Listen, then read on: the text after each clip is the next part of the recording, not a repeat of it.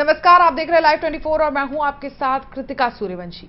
आज हमारे साथ स्टूडियो में मौजूद हैं समाजवादी पार्टी युवजन सभा के नेता गजेंद्र यादव। गजेंद्र जी, आपका बहुत बहुत स्वागत है हमारे स्टूडियो में। आप युवजन सभा के कई अहम पदों पर हैं। आने वाले समय में समाजवादी पार्टी की क्या रणनीति रहेगी, इसके बारे में हमें बताइए।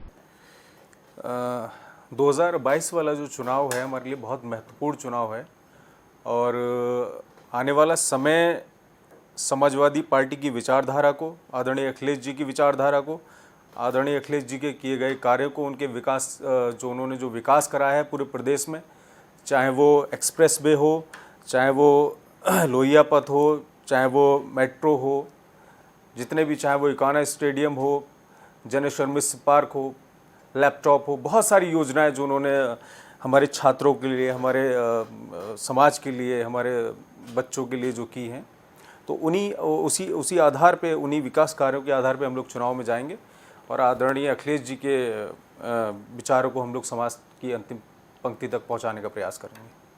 अच्छा, तो इस बार सपा किसका हाथ पकड़ेगी? मतलब चाचा से सुलह होगी या फिर से कांग्रेस का हाथ पकड़ेगी? नहीं, हम लोग देखिए, ये परिवार का मामला है। चाचा परिवार में हैं और हम लोग अकेले चुनाव में जाएंगे। आदरणीय अखिलेश जी पहले ही कह चुके हैं इस चीज़ को। माननीय राष्ट्रीय अध्यक्ष जी ने अपने विगत इंटरव्यू में ये लगातार ये बात कही है कि हम लोग अकेले चुनाव लड़ेंगे। पूर्व में जो रहा उनको दरकिनार करते हुए हम लोग आगे अकेले चुनाव लड़ेंगे, किसी का कोई हाथ नहीं पकड़ेंगे। सर, जैसे कि अभी यूपी में बेरोजगारी बहुत ज़्यादा बढ़ गई है। मैं यूपी की बात करूंगी, देश में ही बेरोजगारी बढ़ गई है, तो उस पर आप क्या कहेंगे कि कहीं ना कहीं यूपी सरकार इस चीज़ में लापरवाह है या केंद्र सरकार, क्या कहेंगे आप? अब देखिए, अभी के जो आंकड़े हैं बहुत ही ज़्यादा दिल दहला देने वाले आंकड़े हैं, चाहे वो प्रदेश के रहे हों, चाहे वो केंद्र सरकार के रहे हों। इस समय की जो दरें हैं, आप देखिए 40 ITI कॉलेज जिनका सरकार जो है निजीकरण करने पे है, या आप आंकड़े मेरे सामने रखे हुए हैं। पहले चरण में प्रदेश में 16, फिर दूसरे चरण में 24 संस्थान को सरकार अपने अंडर में लेके इसको बेच देगी। 480 रुपये सालाना जहाँ बच्चों की फ़ीस होती थी, वहाँ 26,000 तक फ़ीस पहुँचेगी। आप बताइए बच्चे कैसे पढ़ेंगे? और बेरोजगारी, सरकार ने जो लॉकडाउन लगाया उसका कोई भी औचित्य नहीं था उस समय।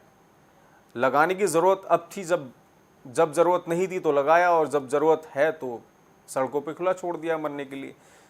मजदूर वर्ग परेशान है, काम नहीं है लोगों के पास, लोग आत्महत्या कर रहे हैं। जो नौकरियां पूरी होनी थी, इस सरकार ने कोई भी नौकरी पूरी नहीं की है। जितनी भी नौकरियां देनी थी, जितनी भी भर्तियां होनी थी, सबको दरकिनार कर दिया गया और सरकार पूरी तरीके से विफल है। आने वाले समय में आदरणीय अखिलेश जी के नेतृत्व में हम लोग सरकार बना के इन नौकरियों को देने का काम करेंगे। जैसे कि बीजेपी हमेशा सपा में आरोप लगाती रहती है कि सपा में वंशवाद की राजनीति होती है, तो उस पर आप क्या कहेंगे? वंशवाद, देखिए, ये एक बहुत आम सा क्वेश्चन है। आप जो कह रहे हैं, वंशवाद हर जगह है, और वंशवाद मैं नहीं मानता कि जिसमें कैपेबिलिटी है, जिसमें नेतृत्व की क्षमता है, उसको आगे आना चाहिए। माननीय राष्ट्रीय अध्यक्ष जी में ये चीज़ है, बचपन से ही थी उनमें, तो मैं तो नहीं मानता इसको वंशवाद। तो इसलिए बीजेपी में बहुत सारे नेता हैं जो अपने बच्चों को चुनाव लड़ा रहे हैं आगे जाके, तो ये सारी चीज़ें बेबुनियादी हैं। जो अच्छा नेतृत्व करेगा, चाहे कोई हो, आदरणीय राष्ट्रीय अध्यक्ष जी ने इतना विकास कराया है पूरे प्रदेश में, तो उनको ये सारी चीज़ें बेबुनियाद। अच्छा, तो चलिए मैं ये सवाल आपसे पूछती हूँ, 2022 के आगामी चुनाव में 2016 के मुकाबले जो होगा वो परिस्थितियाँ काफ़ी अलग हैं। ठीक है, एक तो कांग्रेस का हाथ नहीं होगा, दूसरा बुआ अलग है, मतलब मायावती तो पूरी तरह से अलग हो चुकी हैं। ठीक है, ऊपर से एक दलित चेहरा चंद्रशेखर आज़ाद जो काफ़ी तेज़ी से आगे बढ़ रहा है, तो उसके लिए क्या रणनीति होगी सपा की? देखिए, समाजवादी पार्टी बहुत बड़ी पार्टी है प्रदेश में। पहले भी हमने गठबंधन जब पूर्व में किया था, तब भी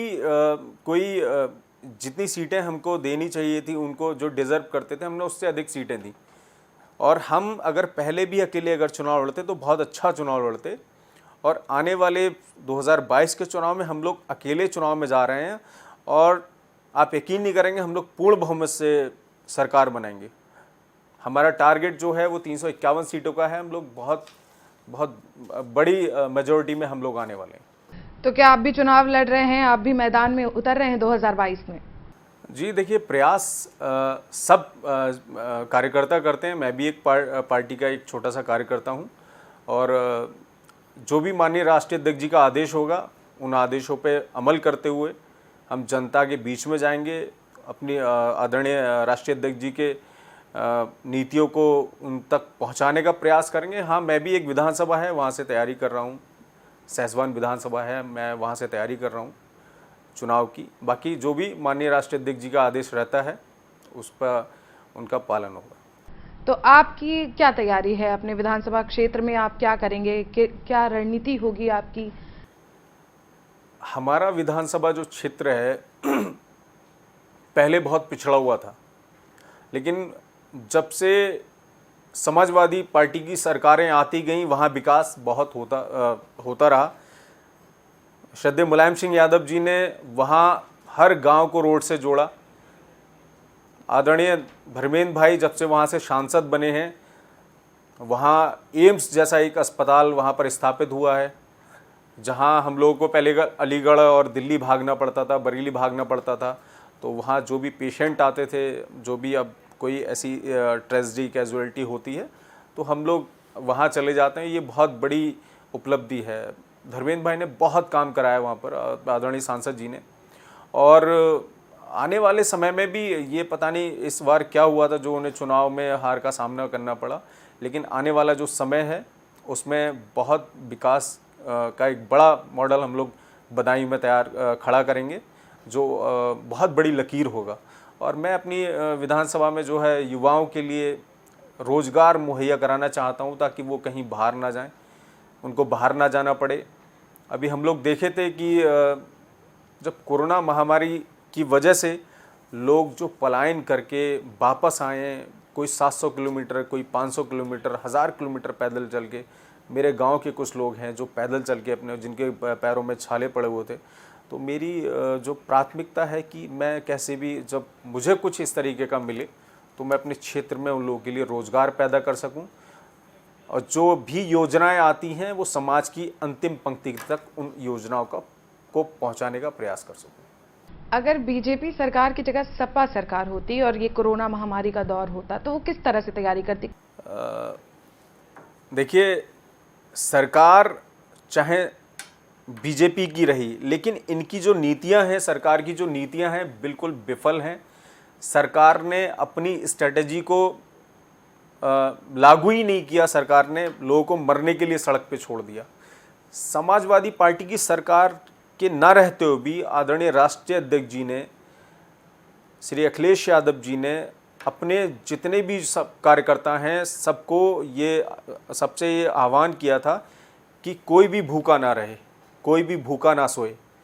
और हम सब कार्यकर्ताओं ने, इवन प्रदेश के हर छोटे से बड़े कार्यकर्ता ने इस फैसले का स्वागत करते हुए उनके घरों तक अनाज और राशन मुहैया कराने का पूरा प्रयास किया।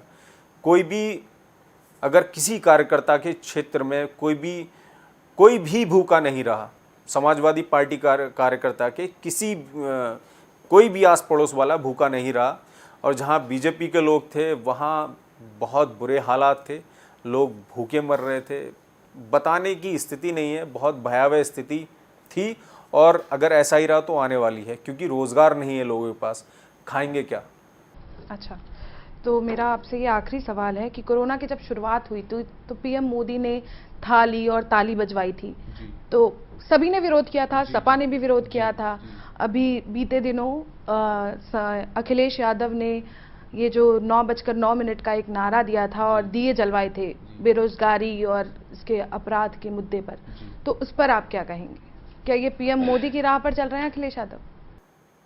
पीएम मोदी ने जो आत्मनिर्भर भारत वाली बात कही थी, बेरोजगारों को हम लोग अभी जो मोदी जी का जो जन्म दिवस है उसमें बेरोजगारी सप्ताह के रूप में मनाएंगे। और 9 तारीख को आपने देखा होगा, न्यूज़ चैनल ने पता नहीं चलाया, क्योंकि गोदी मीडिया लगातार सिर्फ उनको दिखाती रही है। और 9 तारीख को एक बहुत बड़ा जनसमूह यूथ का, बहुत बेरोजगार बच्चों ने थाली ताली और दिए जलाने का काम किया। हम भी उस मुहिम में शामिल थे। हमारे साथी जितने भी साथी थे, जगह जगह हर जिले में समाजवादी पार्टी के सारे कार्यकर्ताओं ने, आदरणीय राष्ट्रीय अध्यक्ष जी और डिम्पल भाभी ने भी अपने घर में लाइट बुझा के इन बेरोजगार युवाओं का समर्थन किया था।